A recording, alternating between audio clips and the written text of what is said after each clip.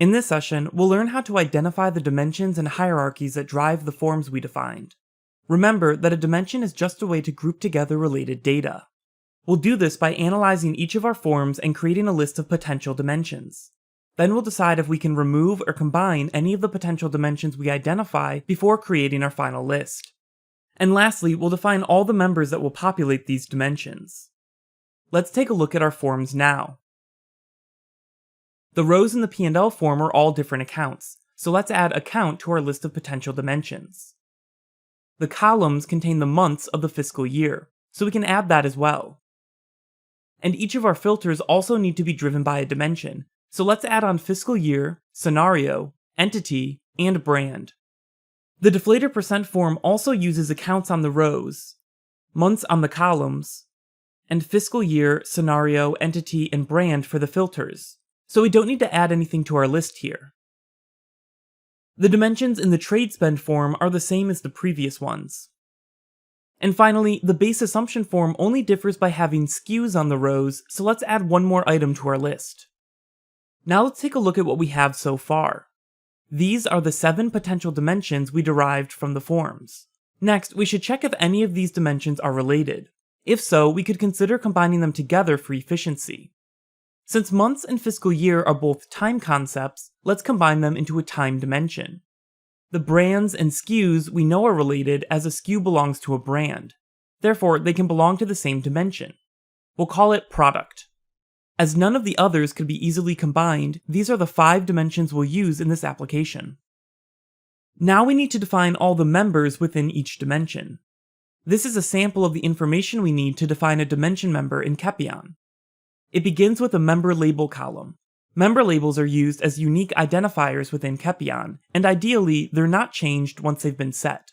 It's recommended to choose a descriptive name for member labels so that the members can be easily identified. Next, there's a member name column, which is a friendly display name for your dimension member.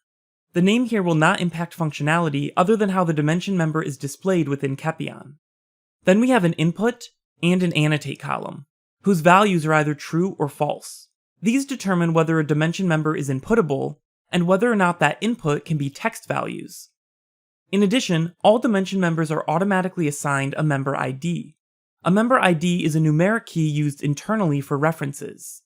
If you want to add more information than this to your dimension members, you can create additional columns called attributes, and define them however you'd like. Kepion applications come with 3 system-defined dimensions: account, time, and scenario. Kepion automatically generates members for the time dimension.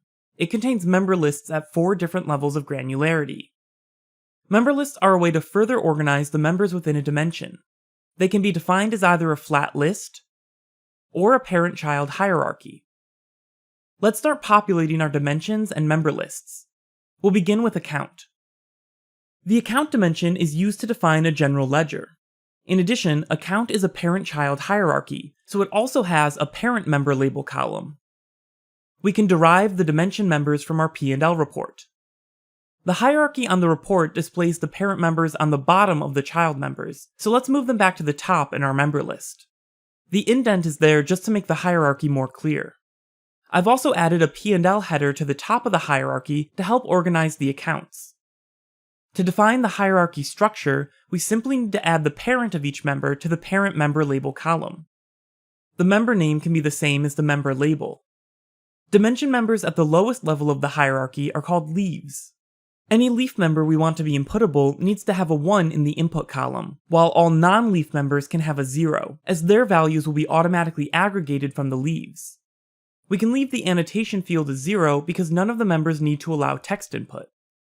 The account dimension is special as it also comes with an account type attribute. Kepion has a large number of account types to choose from, such as income, expense, asset, rate, equity, and more.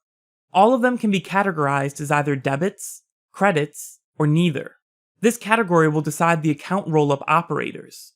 For example, debits will automatically roll up into other debits. Credits will roll up into other credits, and debits will be subtracted from credits as they roll up together.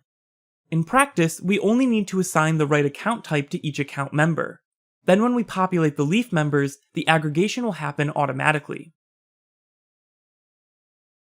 Let's add account types to our member list here.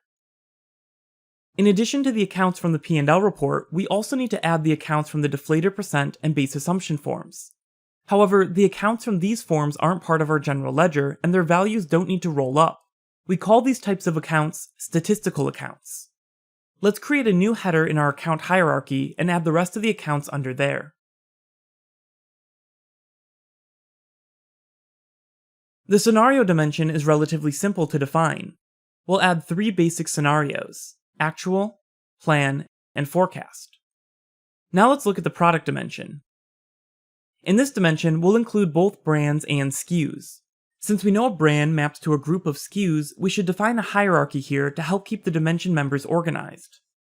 Rather than building a parent-child hierarchy as we did with the account dimension, the general practice in Kepion is to build a leveled hierarchy, as they're more efficient in rollup and easier to maintain.